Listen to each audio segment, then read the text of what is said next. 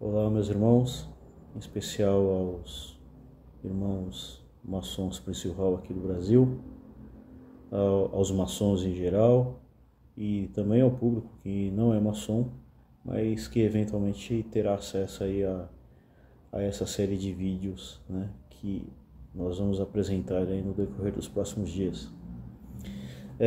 A intenção desse vídeo é para contar o nosso lado da história, né? Muito tem sido falado sobre maçonaria Percy Hall nos últimos anos, 2 a 3 anos, né, aqui no Brasil, a partir do momento que houve aí a fundação da Grande Loja Percy Hall São Paulo através da Grande Loja Nacional dos Estados Unidos, PHO, National Compact.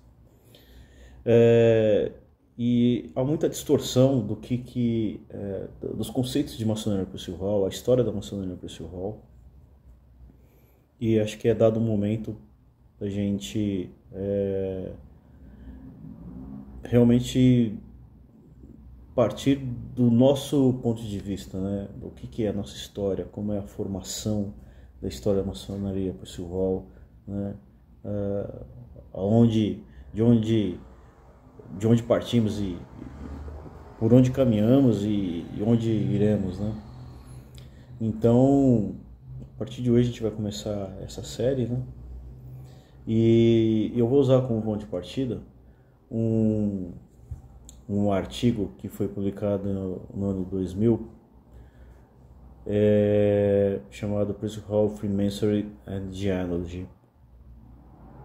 Na verdade eu fiz uns comentários, né, com base nesse artigo, que foi escrito por Joanna Brooks, e lá ela discorre um pouco sobre a figura de Percy Hall, né, e algumas peculiaridades tanto do caráter do Prince Hall como da maçonaria, que foi de fato fundado por ele mais 14 irmãos, né?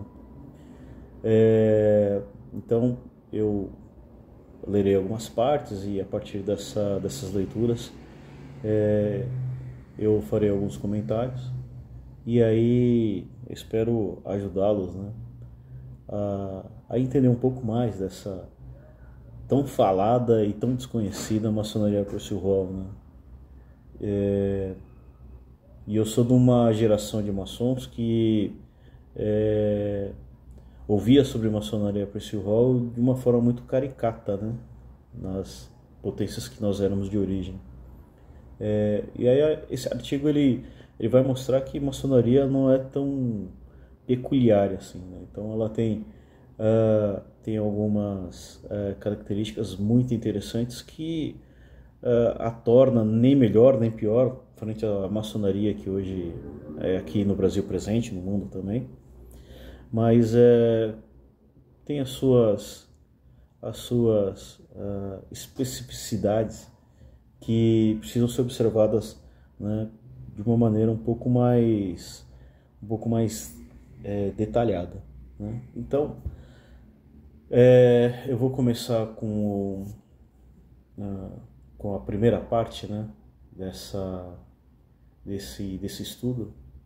Foi um estudo em 6 partes e já começa com a parte que ela discorre, né, a Joanna Brooks, né, sobre as dificuldades, né, de traçar a história da maçonaria Percy Hall. E aí partem os meus comentários em cima desse artigo. Então, começando, como no exemplo brasileiro, a autora aponta a dificuldade de traçar as evidências definitivas, notadamente no século XVIII, na forma como o afro-americano entende sua própria história, resultando no cenário em que os negros assumissem o protagonismo. Aqui ela relata, né, ela testifica, melhor dizendo, essa dificuldade de uma compreensão historiográfica precisa sobre a história do negro, né? Em território americano, em África também, e aqui no Brasil o problema também, ele se repete, né? Porque, primeiro que assim, a história é sempre contada por aqueles que vencem, né? E, e a partir dessa premissa, né, da história contada pelos vencedores, a parte vencida, outra hora vencida, porque não mais, né, porque estamos aqui, a parte vencida ela precisa ter um grau de determinação muito maior para construir a sua própria história, né? E continuando, que a autora cita exemplos de obras como daqueles que ela classifica como nacionalistas negros. Uma das obras é o Tipos de Robert Alexander, Young Manifesto, em 1826, e a Pelocida dos Mestiços do Mundo, de 1829, essas três obras de David Walker. E ela cita um autor que deveria ser lido por muita gente, chamado W.E.B. Du Bois, que observa, né, esse autor, né, as obras O Conto da Etiópia, O Sombrio Egito e a Esfinge, que afirmava que eram remanescentes egípcios de ideias africanas preservadas pelas tribos dispersas pela diáspora. Então, ela faz essa introdução da construção história e intelectual do negro, e ela cita esses autores como figuras-chave para a construção da história negra, né? Bom, continuando, não diferenciariam as dificuldades da historiografia em traçar com precisão o surgimento e consolidação da maçonaria Percy Hall. A gente tem que sempre ficar muito claro, existe a maçonaria, que a gente chama de maçonaria mainstream ou maçonaria caucasiana, existe a maçonaria Percy Hall.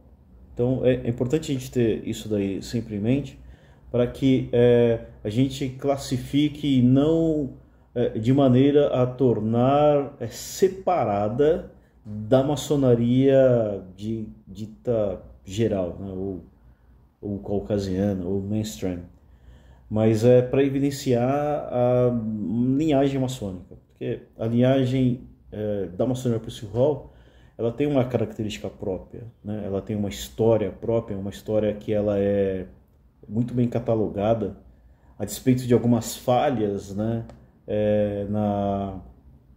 na construção histórica disso daí, mas uma maçonaria que ela tem uma linhagem muito bem definida, e a partir desse ponto de vista é importante que a gente entenda e considerar a maçonaria Percy Hall como um elemento a ser observado. Então, quando me perguntam, você é maçom? Sim, sou maçom, mas a minha frase é a seguinte: é maçom Percy Hall, para evidenciar a minha linhagem maçônica, que hoje ela é toda dedicada à maçonaria Percy Hall, né?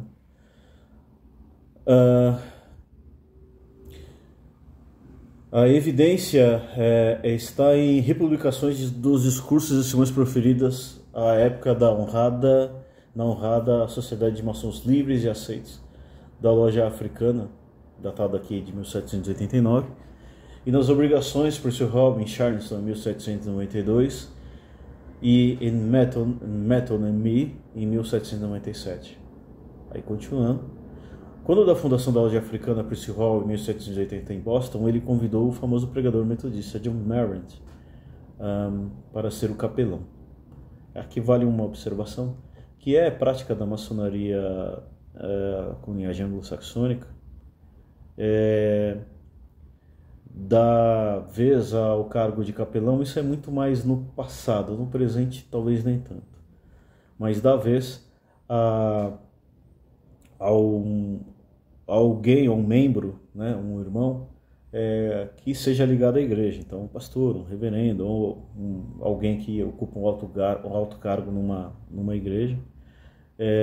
Então, essa é a figura do capelão. Então, originalmente, ela teria que ser ocupada por um sacerdote. E é por isso que ele tem como sua principal função proferir as orações, né, nas cerimônias, né. John Merritt, para ser capelão, este, assim como Percy Hall, desenvolveu em 3 discursos uma complexa genealogia que traçava linhas que tinham como origem o Antigo Egito, chegando aos escravizados e libertos afro-americanos, finalmente apontando para um futuro na Etiópia.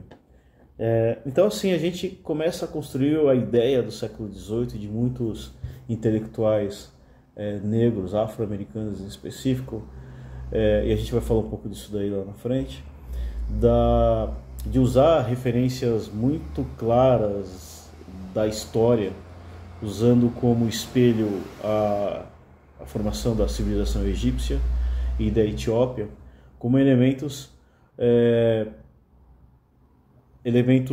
palpáveis para o desenvolvimento de um discurso que era muito, que a gente pode dizer, que é um contraponto à ideia racista à época, em que o negro ele não tinha capacidade de construir civilizações, ele não tinha capacidade de se organizar, ele não, a sua capacidade intelectual ela era inferior em relação ao branco. E John Maynard, assim como Percy Hall, e seguindo até a tradição de intelectuais afro-americanos à época, né, a gente está falando do século XVIII, século XIX, que demonstravam não. A civilização egípcia era uma civilização africana. Por mais que ela tenha sido ocupada durante um período por nações estrangeiras, o fato em si que o povo egípcio era um povo de fato africano. E a Etiópia, né, séculos depois, né, ela era um reino com uma história de independência, enquanto a África toda estava sendo quase toda tomada por colônias estrangeiras. Então, eles partiam da premissa do Egito, né, e chegavam à Etiópia como o estado ideal, né, como um espelho, né, de uma civilização ideal. Então, essa forma de pensar também chegou à visão de John Merritt, assim como de Percy Hall. A despeito de não indicar com precisão histórica, esses 3 discursos têm importância a construção primeva do entendimento da história intelectual negra, sendo que os sermões de Merritt e as obrigações de Hall, né, as obrigações de Percy Hall, em inglês seria Charges, pode ser algo assim, revelam um nascedouro misticismo americano daquilo que ela define, a autora, né, define como o desenvolvimento do etiopismo. Então, era uma visão muito calcada na Etiópia, o seu desenvolvimento histórico, a sua consolidação enquanto Império Etíope, o seu reino que chegou ao século XVIII, século XIX, como uma civilização ideal para a formação, né, a formação do negro, né, enquanto uma nação ideal. O que não significa que era uma visão monarquista desses intelectuais. Não é nada disso. Mas é uma visão do estado ideal, né? E o estado ideal palpável, já que existia a Etiópia como uma evidência contemporânea à época, né? Para Percy Hall, provavelmente impactado por sua experiência após a iniciação na maçonaria em 1775, e conforme registrado em suas obrigações, era possível fazer paralelos que resvalavam no hermetismo, egiptologia, cabala e nos pensamentos iluministas. As pesquisas e escritos de Hall, embora baseadas no misticismo vernacular, desafiaram uma contranarrativa clássica baseada no empirismo.